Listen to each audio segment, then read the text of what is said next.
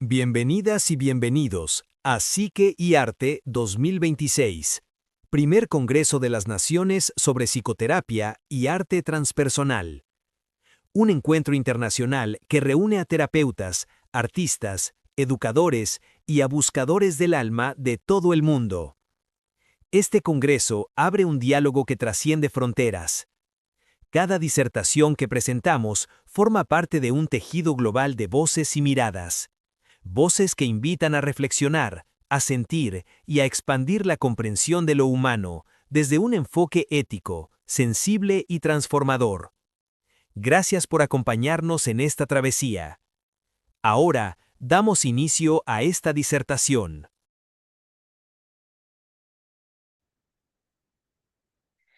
Hola a todos, estoy muy feliz de poder estar aquí con ustedes en este primer Congreso de las Naciones Psique y Arte 2026. Espero que este sea un espacio de mucho aprendizaje para todos aquellos que están aprendiendo psicología, pero también para todos aquellos que quieren saber un poquito más de la psicoterapia de arte, que puede ser desde, ¿será que para mí esta corriente psicológica funcione o no? Entonces, para poder continuar, voy a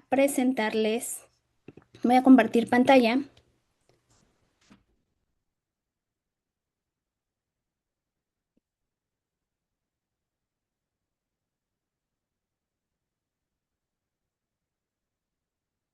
Bueno, esto se llama cartografías de una herida.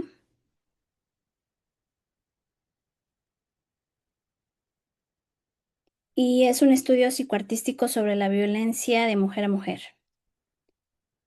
En esto es bien importante que les hable de que es un recorrido tal cual, en donde el artista, que en este, o más bien el creador, porque no es como del todo un artista, en términos psicológicos, sino es el creador de su propio arte. Ahí es donde se convierte en un artista y va narrando, que en este caso soy yo, voy narrando cómo he vivido la violencia psicológica de mujer a mujer.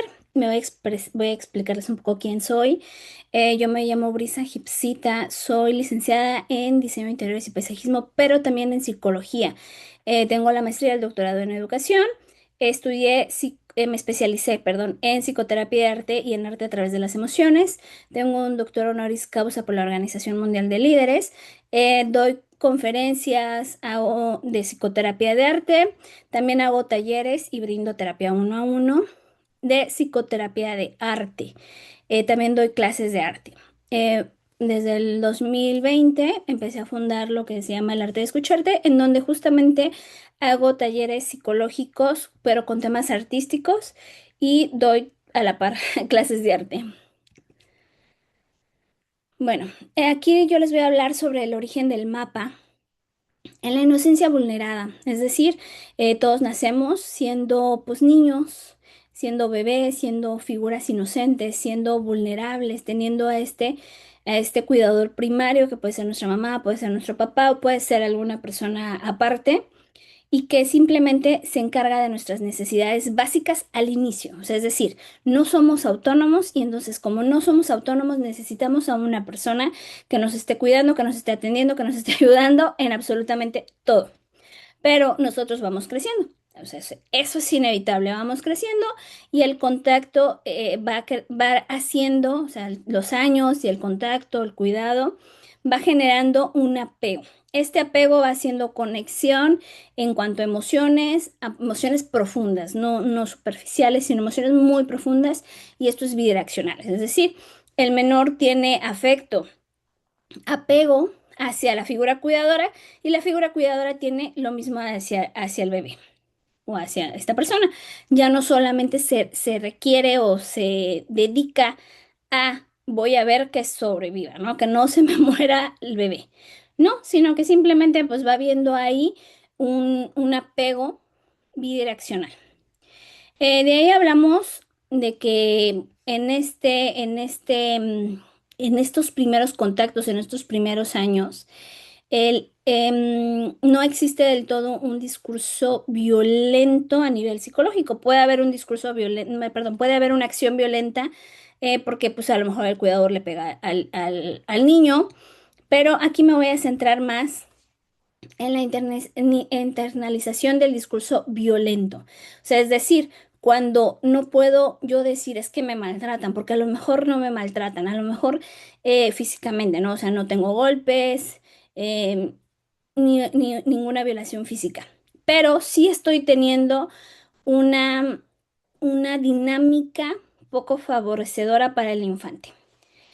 ¿Qué quiere decir esto? Bueno, más bien, ¿qué ocurre cuando este apego deja de ser seguro y se empieza a construir en algo justo, violento? Entonces, esto se empieza a dar porque puede pasar que la figura protectora no sienta que el hijo está haciendo o que la hija está haciendo como a lo mejor él se lo imaginó, sino que al contrario, le empieza a causar retos emocionales, empieza a causar confrontaciones conductuales, y el niño no es que quiera ser malo o sea malo, sino que es su personalidad empezando a florecer, ¿no? Empezando a destacarse.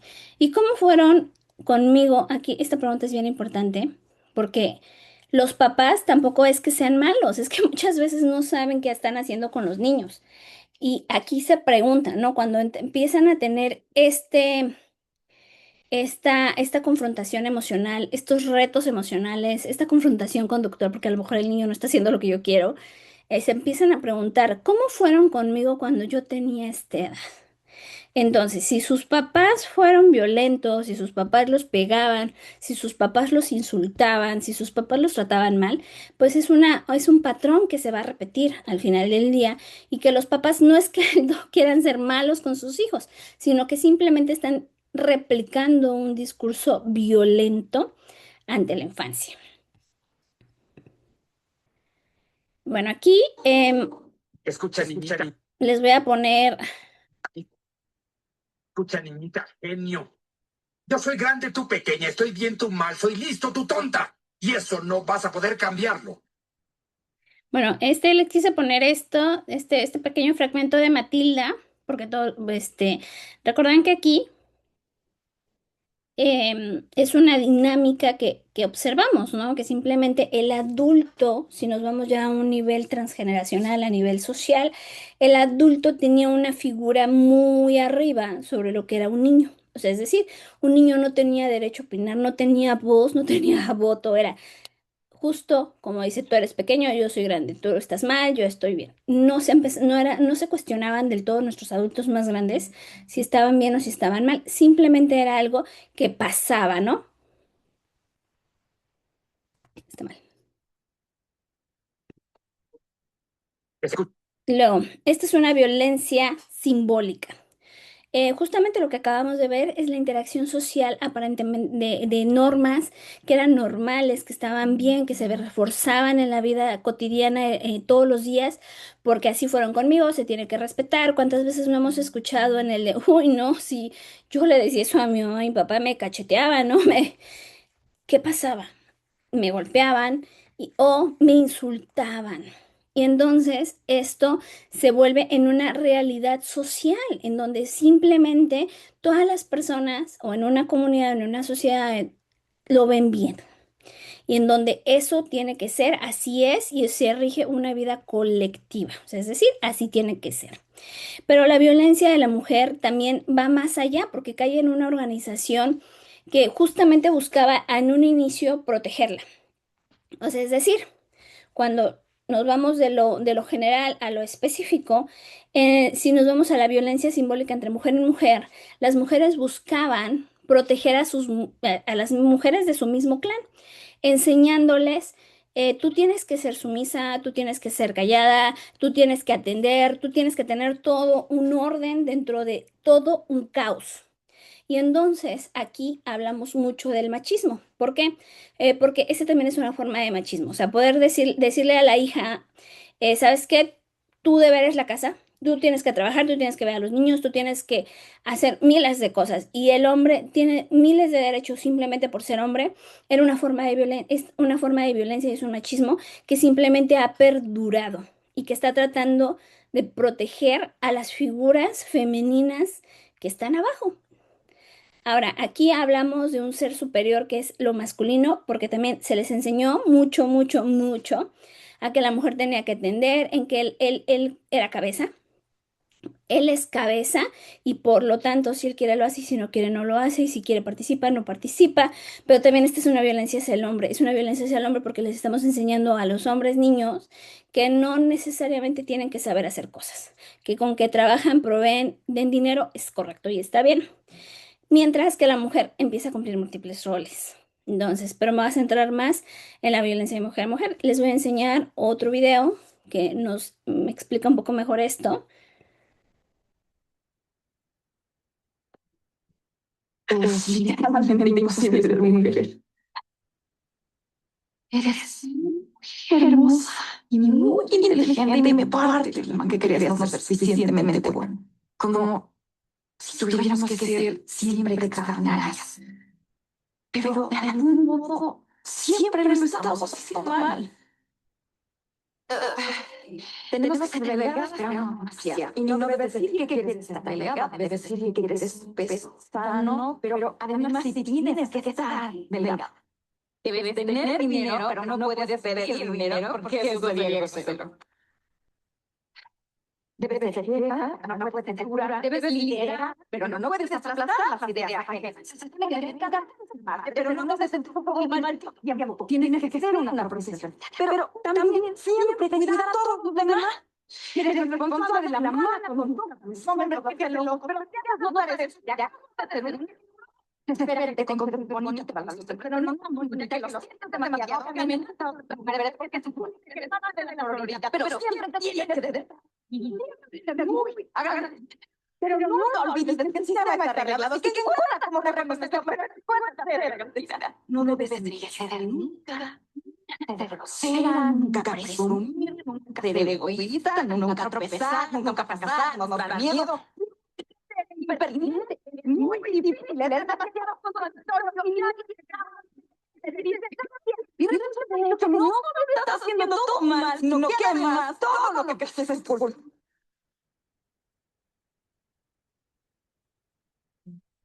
Ya me cansé de verme a mí misma y a cada una de las mujeres hacer hasta lo imposible para que los demás nos miran.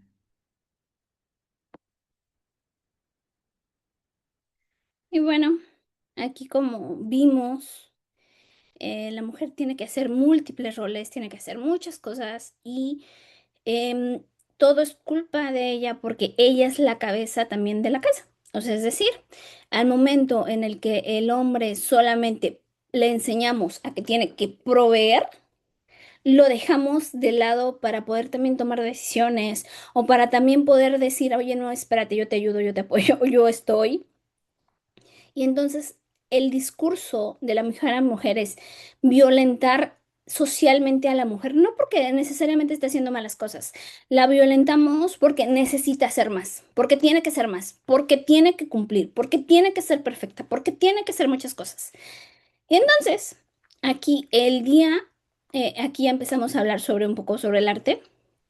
Em, ¿Cómo te das cuenta de esto en la construcción temprana? Como hablábamos en un principio, em, todo niño nace con una forma diferente a ser de los padres. Es decir, yo mamá, no puedo esperar que mi hijo o mi hija sea igualito, igualita a mí. ¿Por qué? Porque tiene un padre. Y al momento en el que se hace esta fusión genética, creamos un ser nuevo completamente diferente, que puede no parecerse a ninguno, porque tiene un poco de ambos, porque puede incluso parecerse a un ancestro que no conocimos.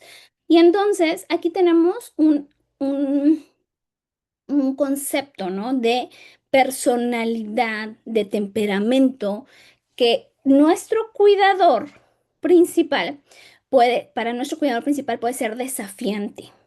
Porque queremos que, por lo general, los padres quieren que los hijos cumplan sus estándares, cumplan sus expectativas, sean de alguna manera lo que el padre considera que debe de ser o que sería lo correcto. Y aquí me voy a meter un poco al tema del narcisismo. Cuando un padre tiene rasgos narcisistas, claramente el hijo no es un ser individual, porque no todos los padres son así. Y esto me gustaría recalcarlo, no todos los padres consideran que los hijos tienen que ser iguales a ellos. Hay padres que son, que les dan la libertad de explorar quiénes son, de crear su propio autoconcepto. Pero también como maestra les puedo decir que he visto muchos niños que no saben quién son. Puedo decirles que he visto muchísimos niños que hacen lo que les dicen que tienen que hacer, porque nuestros cuidadores no necesariamente pueden ser malos, pero tienen una mejor idea de yo que soy chiquito, de lo que yo debo de ser.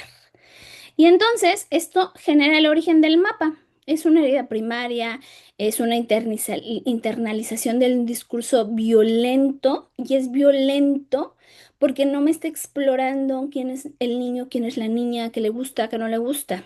Muchas veces un padre agarra y dice, ay, eres malo en matemáticas, te voy a meter mal en matemáticas para que puedas sacar mejores calificaciones. No, en vez de decir, ah, mi hijo es bueno en artes, o mira, mi hijo es muy bueno en música, o en robótica, o en cualquier otra cosa, no, sino que a fuerzas es, en la materia que estás mal, te voy a meter a clases de regularización para que vayas bien en todo.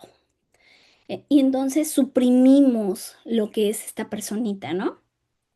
Y entonces, eso es violencia. Suprimir lo que es la personita es violencia, porque tendríamos que darle em, estas alas para poder decirle, a ver, ¿quién eres? Explóralo, ¿te gusta esto? Vamos a verlo. No entiendo nada tal vez como madre, pero vamos a verlo. Si a ti te gusta, si tú crees que es lo tuyo, pues vamos, ¿no? Y entonces, esa es la configuración inicial de las que la que aquí menciona, y el encuentro entre el yo emergente y el yo de expectativas de cuidadores es el punto cero del trauma. O sea, porque a lo mejor a mí me gusta muchísimo el arte, pero mis papás no lo aceptaban. Y entonces, ¿qué pasa? Pues empiezo a suprimir todo lo del arte y empiezo a esforzarme por ser alguien que no soy. A nivel artístico, esta herida se representa a través del hada que olvidó que tenía alas para poder volar. En este momento, realmente hay dos obras que no estoy presentando originalmente, que es la de El hada que olvidó que tenía alas y la última, que es un autorretrato. Y más adelante les explicaré por qué. Entonces, aquí, en el hada que olvidó que tenía alas, hay un mandato femenino, que era justo lo que yo les decía. Eh, en este caso, cuando se hizo este arte, fue muy fuerte porque fue como, ¿por qué estoy haciendo un hada? Pero ni siquiera me di cuenta en su momento que era un hada. O sea, era como, tiene alitas. Este, pero no sabía que tenía una, no tenía, no, repito, no sabía que tenía hadas. Alrededor aquí puse un pozo, pero en realidad era un fondo negro, tal cual, fondo negro con muchas palabras hirientes alrededor. Justo por eso no lo estoy poniendo por las palabras hirientes. Y entonces hice este otro que es un hada, pero en un pozo. Y que olvidó que puede salir a través del pozo, a través de sus alas. Entonces, esos mandatos justamente, si bien estaban en el ámbito público, digo privado, se pueden pasar al ámbito público. ¿Por qué? Porque puede que otra mujer externa de otro clan familiar validara ciertos pensamientos.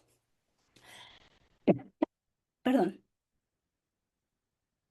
Y aquí hablamos de amor y crueldad. Es decir,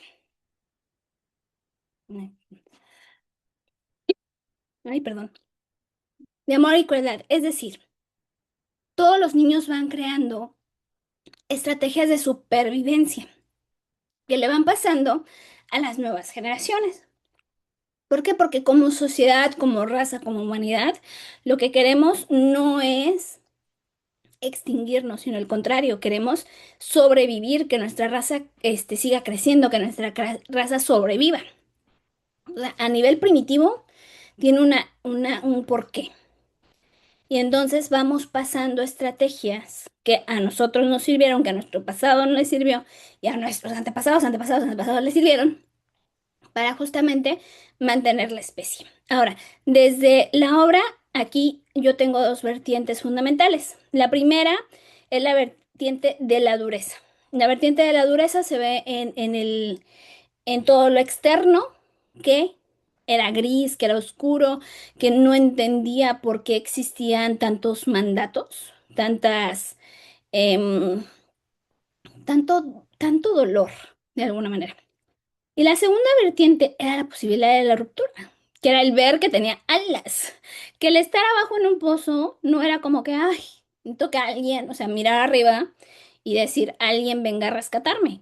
No, era, tú tienes herramientas, tú tienes formas de salir, solo que aquí es bien interesante, porque yo no me estaba dando cuenta. Es bien interesante porque no me estaba dando cuenta. Entonces, justamente esa es la ruptura, ¿no?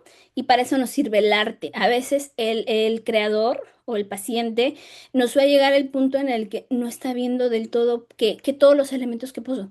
Y entonces aquí podemos, como psicoterapeutas, abrir justamente el camino del diálogo de, oye, pero ya te fijaste esto, ya te fijaste de lo otro, y entonces poderle dar cuenta que tiene herramientas y que justamente no las está viendo, que están enfrente, pero no las ve.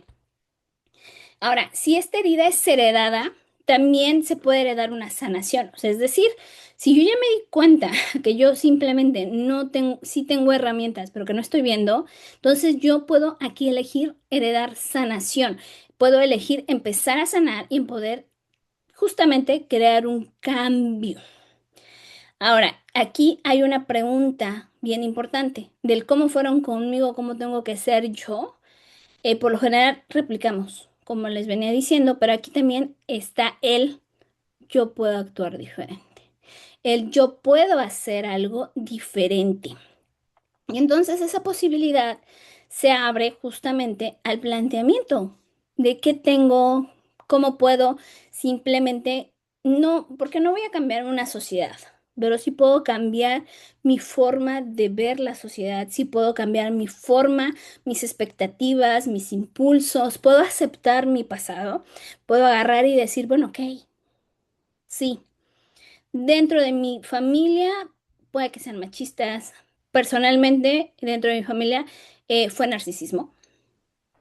Pero justamente aquí es bien importante, o sea, porque tienes herramientas. Y yo al día de hoy, hoy por hoy, creo que justamente todas estas cosas horribles que nos pasan son porque nos dan herramientas. No salimos, si bien no salimos ileso, tampoco salimos sin nada. Salimos con muchas herramientas que a veces no vemos. Ahora, la hada que olvidó que tenía alas, esta obra, pues como ya les dije, fue un punto en donde yo simplemente un día me empecé a cuestionar, hice arte, y entonces me di cuenta que este era un origen, ¿no? Que era un origen y que simplemente necesitaba recordar sus salidas. Bueno, aquí ya cambió de obra, esta se llama La mirada cubierta. Curiosamente, y esto se los voy a explicar también al final, no está, como se los estoy enseñando, no fue el proceso. Al contrario, está en orden cronológico. Y entonces en la mirada cubierta, yo les puedo enseñar que pues tengo los ojos tapados. Esta sí es una obra original, que de hecho me gusta muchísimo. Y en esta obra original solo es eso, o sea, solo es el busto, tal cual. Yo por lo general siempre traía una trencita. Aquí me estoy dando cuenta de las heridas, o sea, estoy haciendo consciente las heridas, que a diferencia de la hada, no tenía unas heridas conscientes. Y empieza a cuestionarse el origen de las heridas, que justamente la hada ya no los dijo, ¿no? Hubo cosas que se me dijo de cuando era niña y entonces, pero ¿por qué me los decían? Me empiezo a cuestionar. Ahora, aquí, antes de llegarme a cuestionar en la conciencia de las heridas, me doy cuenta de que había cosas que pesaban mucho. Por ejemplo, mi nombre. Y por eso esta obra tal vez me gusta muchísimo, porque tiene minerales, o sea, está cubierto sus ojos sobre los con minerales. En su cabello tiene minerales incrustados. em, pero alrededor es algo sumamente suave, que justo también es mi nombre. Egipcita significa mineral y brisa pues es viento húmedo. Entonces, en el alrededor yo decía, no, o sea, pero ¿por qué tengo que ser como que tan dura cuando no me gusta? Cuando no va conmigo. Y entonces aquí también empezamos a descubrir el no solamente el origen, sino el concepto, el autoconcepto que cada quien puede llegar a tener de cada quien. Y se puede ver a través del arte, pero aquí en este, a diferencia de la primera obra, me parece muy interesante que en este era como muy consciente de todas las palabras, de todas las cosas que me pesaban y que dolían, ¿no? Y que entonces requerían justamente de una sanación, de una búsqueda de paz, de una búsqueda del bienestar, de una búsqueda de sentido sobre todo. Porque yo vivía un poco peleada por mi nombre, justamente. ¿Por qué? Porque yo decía, ay, sí, o sea, los minerales no sienten, pues yo tampoco. Entonces, en vez de ser empática, era como que, pues no llores. Mismos discursos, mismos traumas heredados. Pero aquí yo estoy muy consciente, ¿no? Y era como muy curioso porque alrededor era como mucho luz, mucho color, mucha naturaleza, muchas, incluso tiene cuestiones de navideñas. Y entonces era como, es muy contradictorio, ¿te das cuenta? Estás hablando de un lado de que no te interesa nada y por el otro estás hablando de que todo se siente. Y entonces, esto para mí es sumamente importante porque habla de puntos y conceptos claves que nosotros podemos llegar a ver en el arte, de cómo incluimos el dolor, de cómo empezamos a responsabilizarnos, o el artista o el creador del arte empieza a responsabilizarse de su propio proceso, cómo esto empieza a ser una liberación del rol que tiene que cumplir, pero más importante, de una liberación del rol de víctima. ¿Por qué? Porque en el anterior era de no, todas las circunstancias hacen que sea una hada que llora, una hada que no sabe que tiene alas, de una hada que está atrapada en un pozo, pero que en realidad tiene herramientas que no se da cuenta, ¿no? Y entonces, y que es una víctima, sobre todo que es una víctima. Pero en el momento en el que el creador puede responsabilizarse de su propio proceso y de liberarse de su propio rol de víctima, entonces hace un pum, porque nace una esperanza. Y en este tema, les voy a volver a hablar un poco como psicóloga. ¿Por qué? Porque desde la teoría cognitiva de la esperanza formulada por Zeiner, la esperanza implica una creencia en la posibilidad de alcanzar metas significativas, junto con la confianza y en la capacidad de generar vías alternativas para lograrlas. Sidney, en 1991-2002, bueno, esta es la cita, habló sobre la recuperación de la salud mental, de que sin esperanza la vida carece de sentido y con esperanza se construye la posibilidad de un futuro significativo a pesar de la presencia de síntomas y de dificultades. En un proceso psicológico, la esperanza no lo es todo, pero sí es un 60% según las estadísticas, porque la esperanza de que algo puede cambiar, de que algo puede ser mejor, de que mi dolor puede acabar, o sea, de que es temporal, que de hecho aquí también esto es bien importante cuando hablamos de dolores o de problemas emocionales, psicológicos, porque un suicida no alcanza a ver esa esperanza, por eso dice, no, mi única solución es desvivirme. ¿Por qué? Porque pues simple y sencillamente no tiene la esperanza de que su sufrimiento va a acabar. En el contrario, cuando en un proceso psicológico nuestro paciente sí está teniendo esta esperanza de que todo puede cambiar o inclusive puede ser, yo solo quiero que las cosas sean como antes, porque a lo mejor la persona pudo empezar a ver abusos en su familia, abusos en su trabajo, abusos en cualquier otro lado y decir, no, empezar a plantear límites. Y los límites son muy duros porque las personas que abusaban no les va a gustar. Y entonces, aparte también, en un sistema social, en un sistema familiar, cuando una persona se empieza a dar cuenta de la herida que existe en todo ese sistema, van a querer volver a jalar a esta persona que se está saliendo del sistema a lo mismo, para que no tengan que pensar en que están mal. Y entonces, por lo tanto, más bien piensan, no, es que él ya está mal, ella ya está mal. ¿Qué tenemos que hacer? Ayudar a que vuelva a ser lo de antes. Y entonces muchas veces también esto pasa, que la persona simplemente va a decir, bueno, quiero volver a ser como antes y volver a estar bien todos, porque como en un principio mencioné, existe este apego, esta conexión emocional que es muy fuerte porque me estuvieron cuidando, porque me estuvieron viendo, porque toda la vida he vivido con ellos. O porque nuestra relación ya ha pasado por muchas cosas buenas, por muchas cosas malas, por muchas cosas entre divertidas y demás, que generan este tipo de apego y que generan este tipo de, de duelo cuando ya no se está bien, ¿no? Cuando hay constante pleito. Ahora, aquí es bien importante, regresando a la obra de Minerales sobre mis ojos, aquí había mucha etiqueta. Y las etiquetas a nivel infantil también pesan y duelen, porque los niños siempre se van a creer lo que nosotros le digamos, como nosotros como adultos le digamos que son. Si les decimos, eres un niño malo, eres un niño bueno, eres muy inteligente, eres muy algo, se lo van a creer. Ellos van a decir, ah, sí, qué bonita etiqueta, y se la cuelgan. Ahora, estas etiquetas también les enseñan a la supervivencia emocional. Cuando mi adulto es frágil, yo como niño puedo decir, ay, viene enojado y entonces empiezo a tener alarmas en mi cuerpo que yo simplemente voy a tratar de que no pasen o de que pasen, justamente para poder sobrevivir al entorno, a mi sociedad, a mi familia, a mi escuela, en lo que sea donde esté. Y desde un lugar vulnerable como son las infancias, se crea una falsa creencia que se vuelven estructuras. Es decir, ¿qué pasa cuando el niño se minimiza por completo para poder encajar, para poder ser amado? ¿Qué pasa cuando el niño, bueno, más bien cuando los demás deciden quién es el niño y llegamos y tenemos después un adulto que no es funcional? ¿Por qué?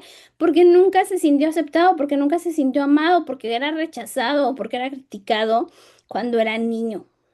Entonces empieza a creer esta creencia, ¿no? Aquí hablamos de creencias falsas o de creencias dañinas para la propia persona.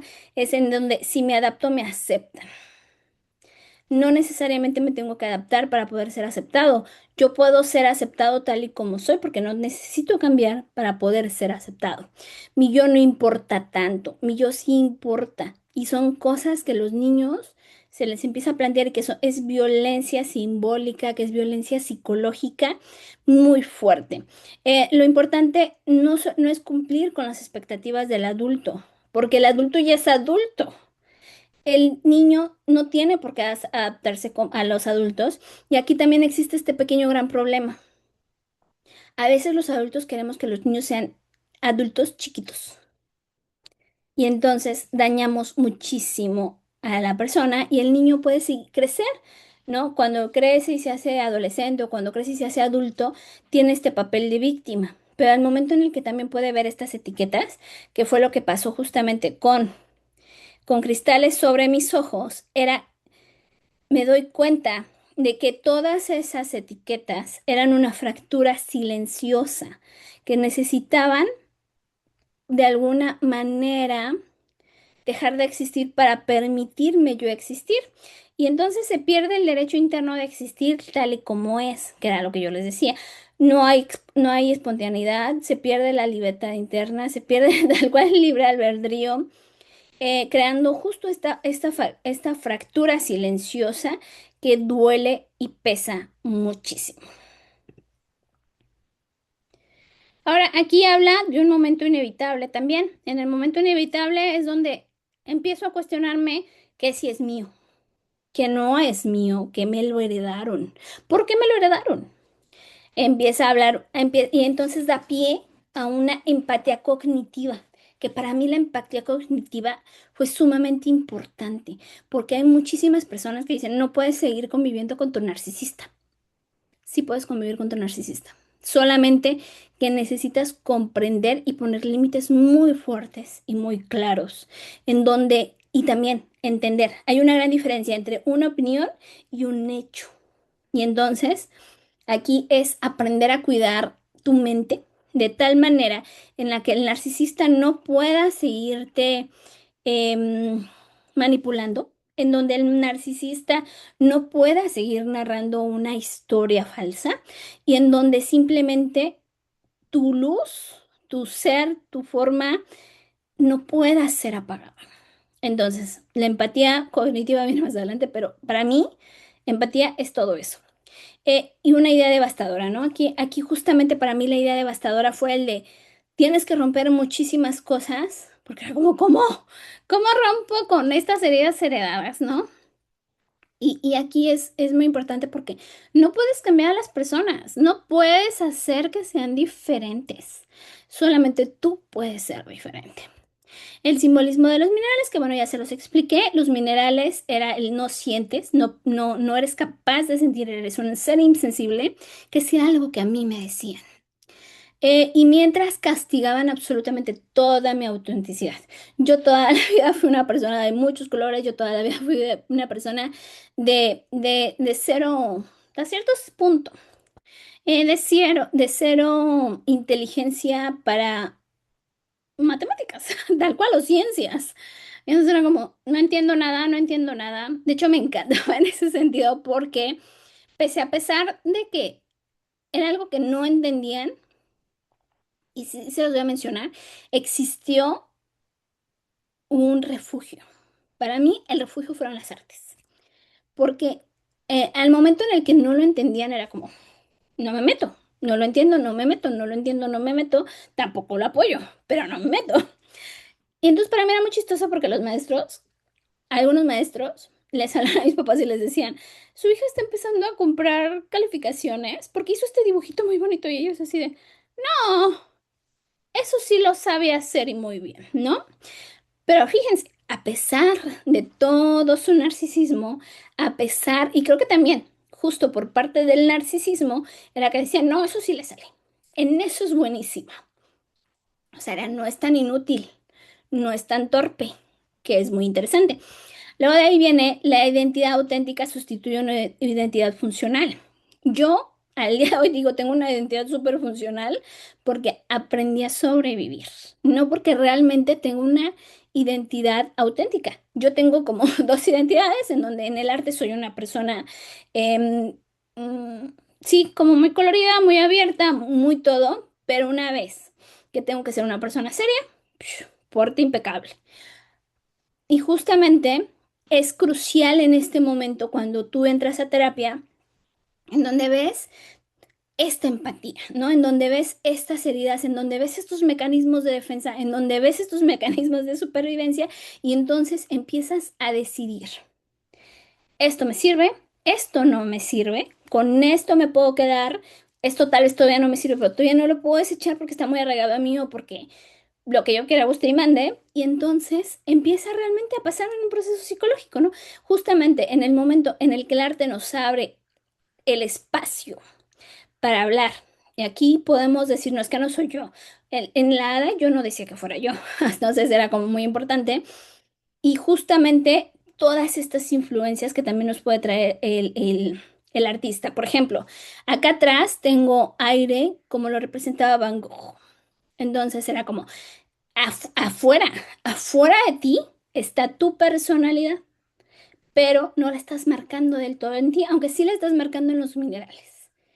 Pero, ¿y por qué los minerales son de tantos colores? No pudiste haberlos hecho grises. Y ahí me cuestionaron, ¿cómo es tu mineral? O sea, ¿cómo es la gipsita? Yo no, pues es fea porque es a base de aluminio, o sea, está fea. Resulta que la puse a 20 colores. ¿Por qué?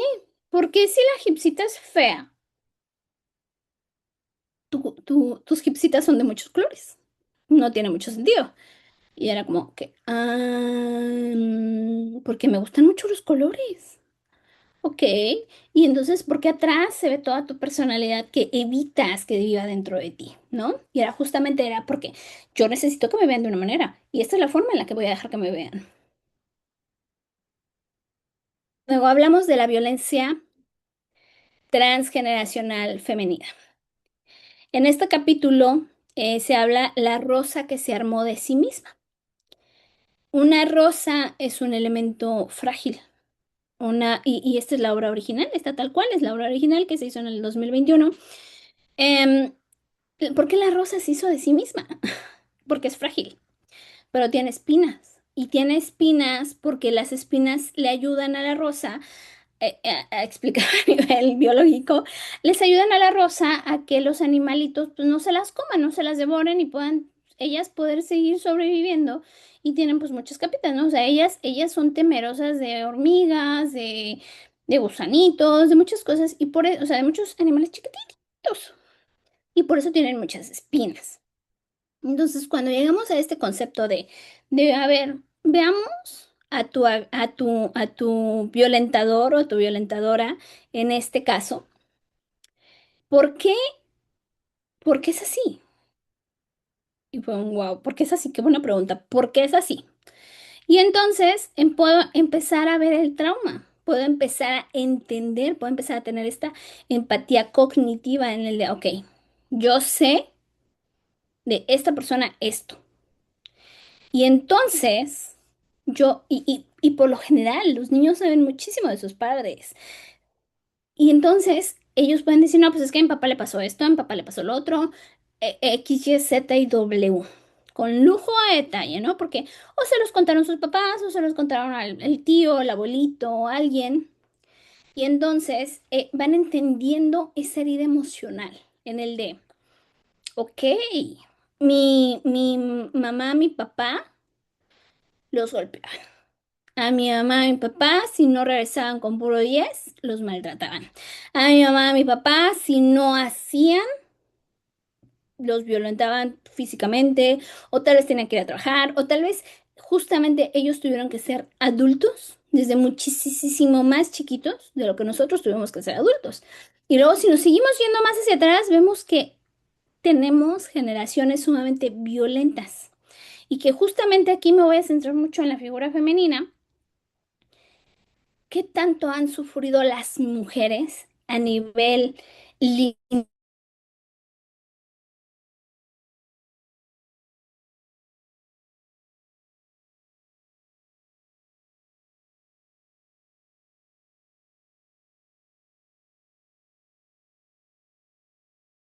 tener que heredar esto de porque ahora ya no sufre esto horrible que a mí me pasó? Ahora, se van pasando de generación en generación y simplemente llega el punto en el que a lo mejor mi mamá, en el que a lo mejor mi mamá, no tenía idea, ¿no? No tenía idea de que esa trauma no era de ella, que a ella no le pasó. Pero lo está replicando, lo está regalando, lo está dando, lo está educando, está reaccionando, está castigando, está protegiendo, está callando y está sobreviviendo de igual manera.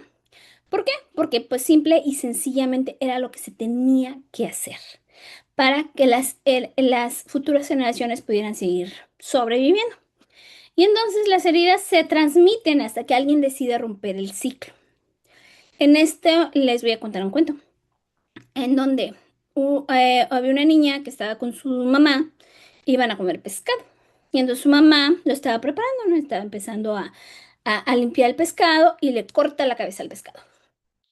Y le dice, mamá, ¿por qué cortas la cabeza del pescado? Y la mamá así de, no sé.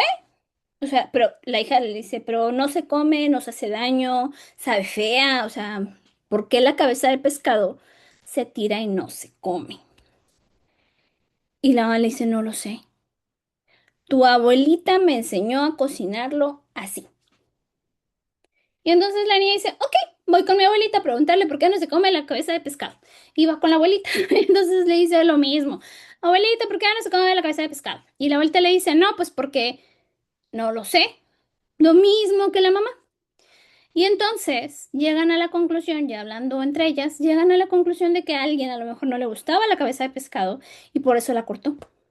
Y la cortaba para pues no tener que cocinarla o para que la persona a la que se la sirviera o se la diera no hubiera una violencia o un algo por servir la cabeza de pescado, ¿no? Y entonces ellas deciden que van a probar la cabeza de pescado para ver si les gusta o si no les gusta o si sabe feo o qué pasa con la cabeza del pescado. Y justamente pasa lo mismo en generación y generación. Vamos llegando al punto en el que justamente yo simplemente replico. no necesariamente sé por qué nació, de dónde viene, de qué me protege, porque a lo mejor esa herida, eso que lastimaba, eso que dolía, ya no existe. Y generación con generación puede que ya nunca vaya a existir, pero se sigue replicando, se sigue heredando. Estos mecanismos de sobrevivir, estas formas de proteger. Y entonces yo me voy dando cuenta justamente de que no me estaban violentando porque no me amaran. Al contrario, me estaban amando, pero me estaban amando de una manera torpe o equivocada. Y en esa manera torpe o equivocada es donde justamente llegamos a esta descripción de la Rosita. En la descripción de la Rosita que se armó de sí mismo, pues como ya les expliqué, eran animales que lo atacan, pero tiene sangre. Esa sangre viene de la rosa, no viene de nadie más, viene de la rosa porque está tratando de proteger su corazón que está en el centro de la misma rosita. Tiene muchísimos petalitos, muchísimas espinas, sí tiene petalitos, pero llora sangre. Llora sangre por no permitirse sentir, por no permitirse vivir. Llora sangre por no permitirse ver qué había en el exterior, porque yo el día de hoy entiendo que a lo mejor en el pasado el mundo era más violento, porque yo el día de hoy entiendo que también existía un miedo excesivo a equivocarse, porque a lo mejor sus padres eran más violentos, eran más rígidos, eran más controladores. Y entonces yo puedo tener esta empatía con justamente, em, en mi caso, mi narcisista, y decir, wow, te veo, te admiro y me sorprende lo mucho que has sobrevivido.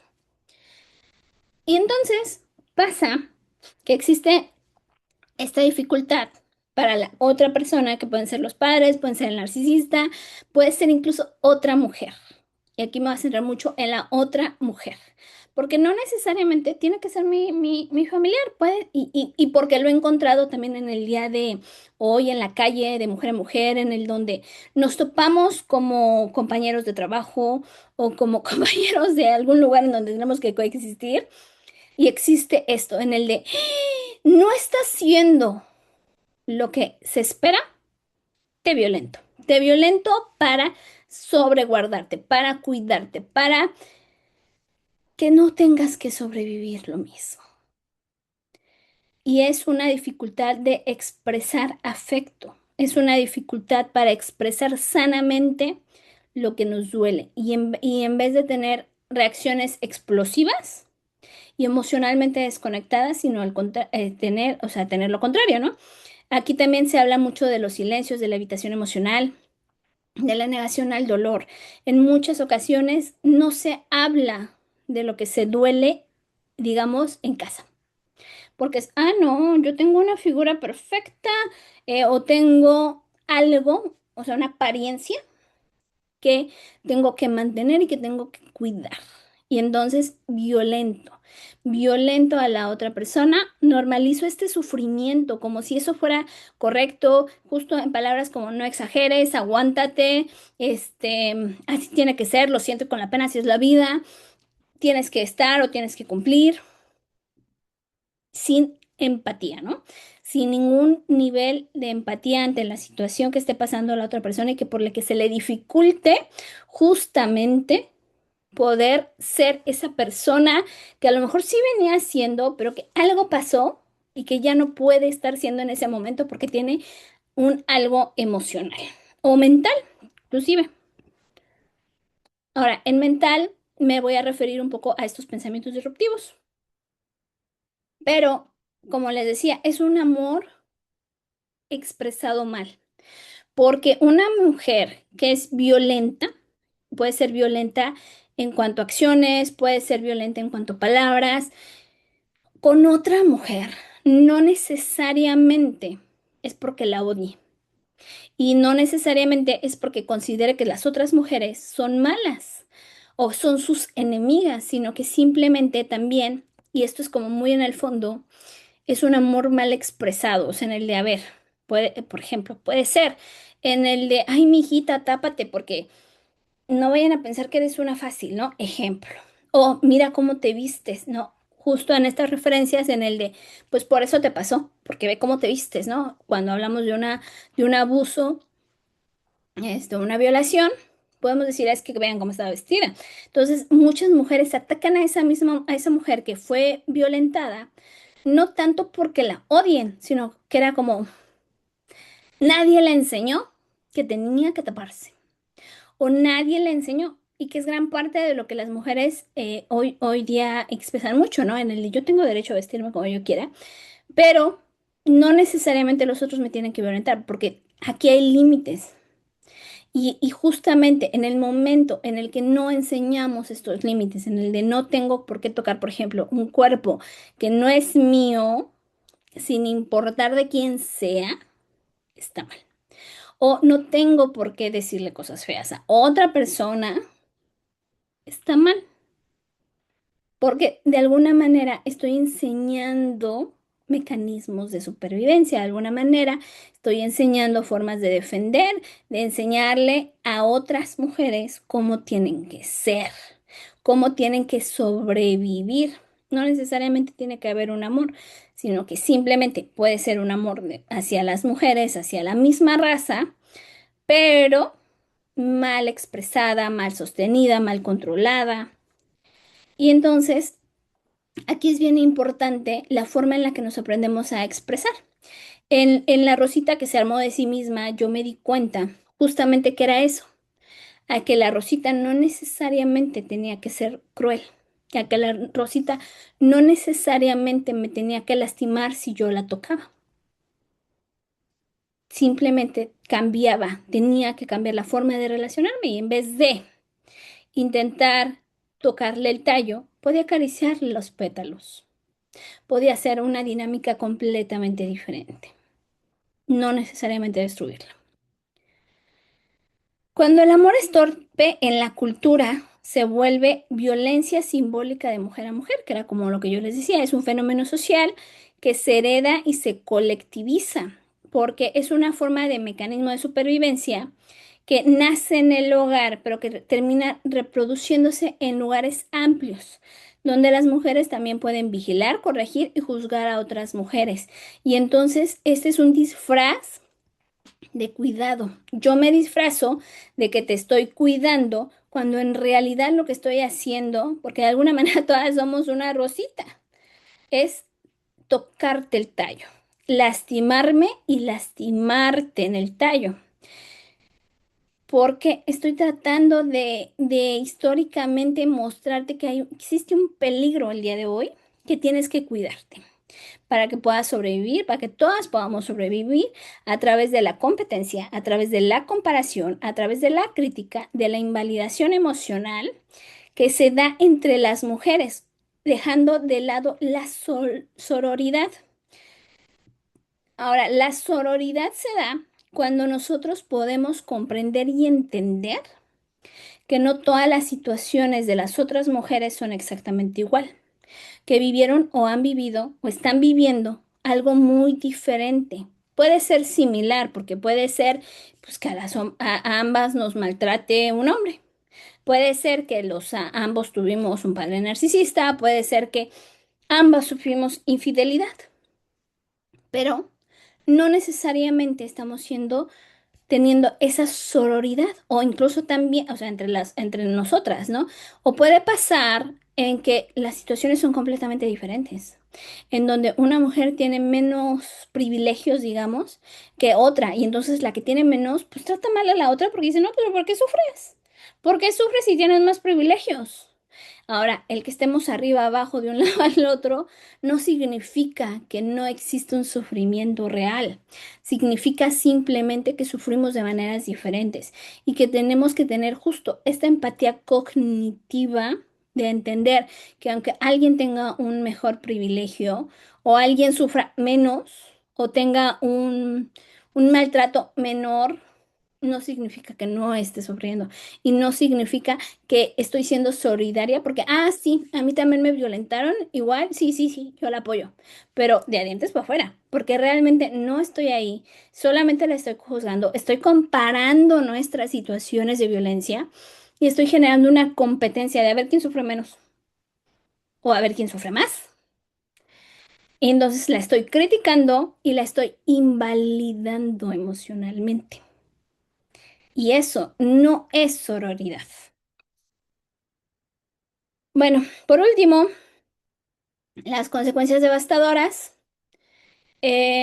Una mujer crece creyendo que debe ser dura para poder ser respetada y se termina endureciendo incluso con otras mujeres, que era como que les decía, a través de esta competencia, de esta rigidez, de esta violencia, de estas críticas.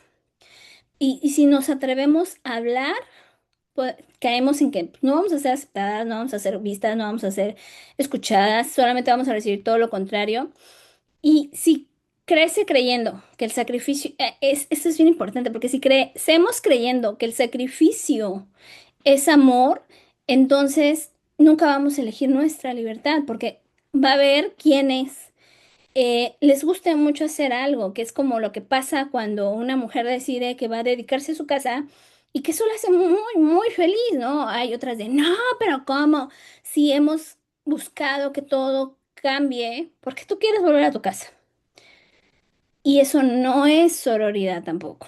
Entonces, aquí la herida se disfraza de moral, de consejos y de corrección, que es justo como el consejo que les digo, como lo que acabo de decir, es que si quieres estar en tu casa, estás mal, es un mal consejo. Y no es una corrección, porque entonces realmente estamos perdiendo la vista de hacia dónde como mujeres queremos ir y qué es lo correcto. Ahora, eso también de decir, todos los hombres son malos. No necesariamente todos los hombres son malos, no todos los hombres, y eso está mal, y eso es un sesgo cognitivo que tenemos que identificar, que también podemos identificar en terapia y que podemos identificar también en arte, y entonces poder cambiarlo y poder ser diferente. Ahora, les voy a enseñar, ya para acabar, esto ya es lo último, último, último, la cronología. A nivel psicológico, ¿cómo fue que esto nace? Mi primera obra fue La Rosita que se armó de sí misma en el 2021, porque yo no entendía los mecanismos de violencia que existían. Entonces yo empecé a tener mucha, mucha claridad sobre, ok, o sea, no es mala porque quiera ser mala, es mala porque el sistema, porque algo la obligó a ser así. Y es la forma en la que ella tiene para protegerse, es la forma en la que ella tiene para defenderse, es la forma en la que ella tiene para existir simplemente y yo no lo puedo cambiar, porque yo no puedo cambiarle su vida. De ahí tenemos en el 2022, un año después realmente, yo hice consciente de todo lo que yo era, porque yo en el 2021 era perfecta, no era de todo está mal, todos me dañan, todos me hieren, vivía en víctima. En el momento en el que en terapia podemos cambiar esto, de agarrar y decir, ok, pero tú también te violentas. Ok, pero entonces, ¿quién eres? Ok, pero entonces, ¿qué quieres hacer? ¿Para dónde vas? Empezamos a tomar riendas sobre la vida y empezamos a cambiar. Empezamos a construir cosas nuevas. Ahora, todos dirían, ¿de aquí a dónde tendría que ir para arriba? No, de aquí no fue todo para arriba. Aquí hubo una bajadita, porque entonces yo me di cuenta en un punto en el que era un hada sin alas. Y en esta hada que se le olvidó que tenía alas para volar, era como que es que todo el sistema me oprime y nada me deja avanzar. ¿Y qué pasa? Mi niña tiene alitas. ¿Por qué están esas alitas? Y yo, qué buena pregunta. Una vez que yo comprendí que no era el mundo el que estaba en mi contra, que no era nadie de mi familia que estuviera en mi contra, entonces yo pude volver a subir y hacer otro autorretrato, en donde yo dije, ok, ¿qué soy yo? ¿Qué me conforma? Y entonces empezar a cambiar todo lo que yo no estaba a gusto conmigo misma para poder estar a gusto conmigo misma y poder avanzar. Y es así, y es tan así, que bueno, el día de hoy yo no me había dado cuenta. Yo me di cuenta el año pasado, en el 25, que esto era una serie, porque expuse minerales sobre mis ojos en una exposición de arte y entonces me di cuenta de que el arte a mí, porque esto es bien interesante, yo en ningún momento, ninguno de estos artes tal cual lo hice en terapia, o sea, lo hice afuera, ¿no? Yo iba a terapia y yo decía, ay, yo hoy pasó no sé qué en mi terapia, tengo ganas de dibujar y empezaba a dibujar y empezaba a armar y empezaba a hacer. Y luego era como que, ay, qué fuerte que hice. Sobre todo cuando llegué a la rosita, ¿no? O sea, porque yo decía, es que esta rosita, o sea, me causa mucho conflicto esta rosita, ¿no? Y me decía entonces la psicóloga, sin ser psicoterapeuta de arte, me empezó a cuestionar sobre mi florecita. Y entonces así fuimos avanzando realmente. Pero yo me di cuenta, yo en el 2020 estudié psicoterapia de arte. Yo no sé si lo hice muy consciente de que, de que, de qué estaba haciendo a nivel artístico más que a nivel psicológico, porque para mí nada más era, tengo muchas ganas, muchas ganas, muchas ganas, muchas ganas de hacer arte, y entonces lo hice, y entonces lo hacía. Y entonces después me lo cuestionaba, o sea, no llevaba a que me lo cuestionaran más bien. Y es donde yo dije, wow, avancé muchísimo más sacando mis artes que yendo a terapia solo a hablar.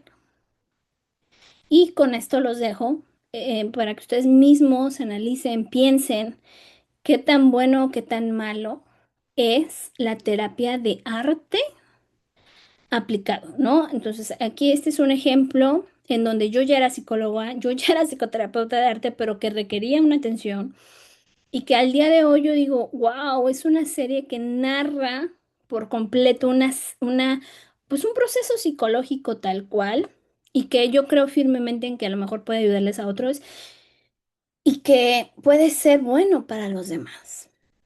Entonces, por mi parte sería todo. Les agradezco muchísimo y espero que sea de gran utilidad. Gracias.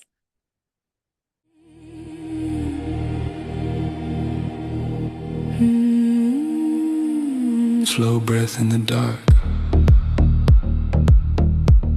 The night leans into my skin. A quiet fire begins to rise. No need for words or reason.